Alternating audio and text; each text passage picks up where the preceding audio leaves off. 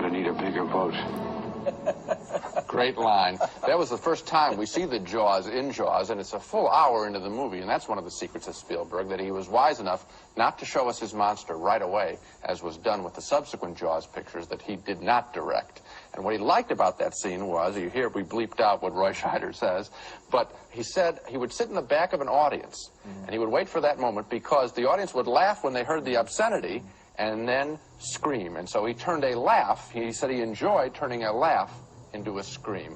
And when you know that about him, then you can tell that Spielberg obviously enjoys manipulating his audience. I like the idea of him sitting back there waiting for that moment, guiding and directing the audience. And it's true, when you are in a Spielberg film, there is a sense that someone else is in control of your mind and your eyes. He is not just content to throw random pictures at us.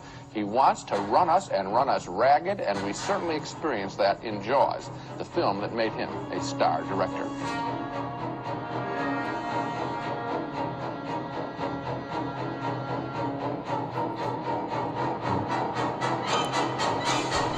Hello everyone, my name is Joe Harinsky and welcome to Real History, the podcast where we deep dive into important films of old and how they shaped the industry as we know it today. In this week's episode, we're taking an actual dive into Jaws, directed by Steven Spielberg and based on the book of the same name written by Peter Benchley. Released in 1975 to critical and massive financial acclaim, Jaws would end up changing the entire media landscape and create what we know as the idea of the summer blockbuster. It seemed to me almost fanciful in the book that a shark could actually threaten people on a large boat. But nevertheless, this is the case, is it? Sharks have... Here's an interesting example. When we were shooting the Australian sequences of the great white sharks, one of the great white sharks jumped into the cage boat and sank the cage boat and sank the cages. The shark grabbed between its jaws, which can close and squeeze at 21 tons per square inch, grabbed and twisted a cage and then sounded with the cage. And when we recovered the cage, it was torn up, completely torn up. That was director Steven Spielberg. While Jaws ended up being a smash hit, it wasn't easy to get there. All productions go through their own hardships, but the production cycle of Jaws, the hell that the cast and crew went through, is one for the ages. As Spielberg puts it, Jaws was a near impossible task, yet looking back it seems he is the only man that could have done the job. One of the biggest problems while making the film was the mechanical shark, dubbed Bruce by the production team, which would constantly break down after only a little time in the water. The first mistake with the shark was they made a big mistake and they built it for fresh water. Now, they all knew we were going to the Atlantic Ocean, but for some reason they built it for fresh water. What's the difference? Well, electrolysis is a major problem when you get salt into all the machinery, into the electrical system. And so they tested the shark for the first time in the water, and we had at least 20 boats of tourists who had gathered around an area to watch the shark work. And we had the shark on a huge 90-foot platform 30 feet underwater. And at the press of a hydraulic button and pulling a lever back, supposedly the shark comes shooting out of the water head first. And this has absolutely happened because David Brown and Dick Zanuck were there watching with me. The shark came up tail first.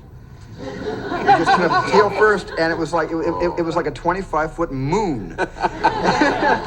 And all of the tourists out there essentially, went back. I guess we read Peter Benchley's book in hopes that the book would be more exciting than the movie.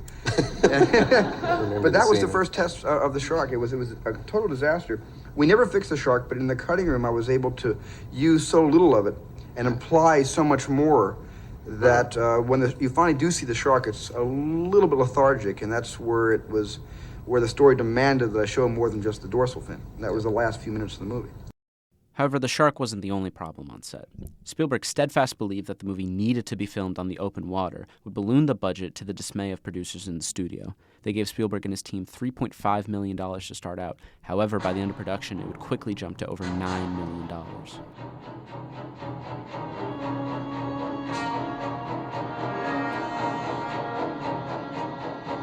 In my opinion, and the opinion of most people, that would end up being money well spent, as Jaws would end its theatrical run making over $450 million and toppling the previous box office king, The Godfather, by quite a large sum of money. However, the legacy of Jaws, and Spielberg's legacy in specific, would grow into much more than just what it did at the box office. The summer blockbuster would be a term coined to refer to big-budget movies made for everyone in the general audience. Jaws was the first of these. The next one to follow would really get things rolling, and is what most would attribute to being the first blockbuster, 1977's Star Wars. Star Wars was directed by Spielberg's best friend, George Lucas, and would overtake Jaws as the highest-grossing film of all time by a lot of money.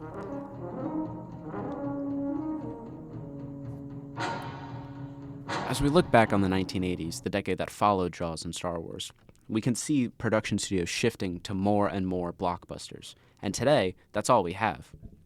The decades that followed the release of Jaws would show George Lucas and Steven Spielberg trading places at the top with their respective films. Spielberg would ultimately remain on top with his film Jurassic Park until 2009, when James Cameron's Avatar would release and blow away every single preconceived notion of how much money a movie could make. This day and age, the vast majority of movies with a big theatrical window are these big tentpole blockbusters, superhero movies being the big thing of the 2010s and 2020s. However, none of that would exist if it weren't for one man, his dream, and a very broken shark.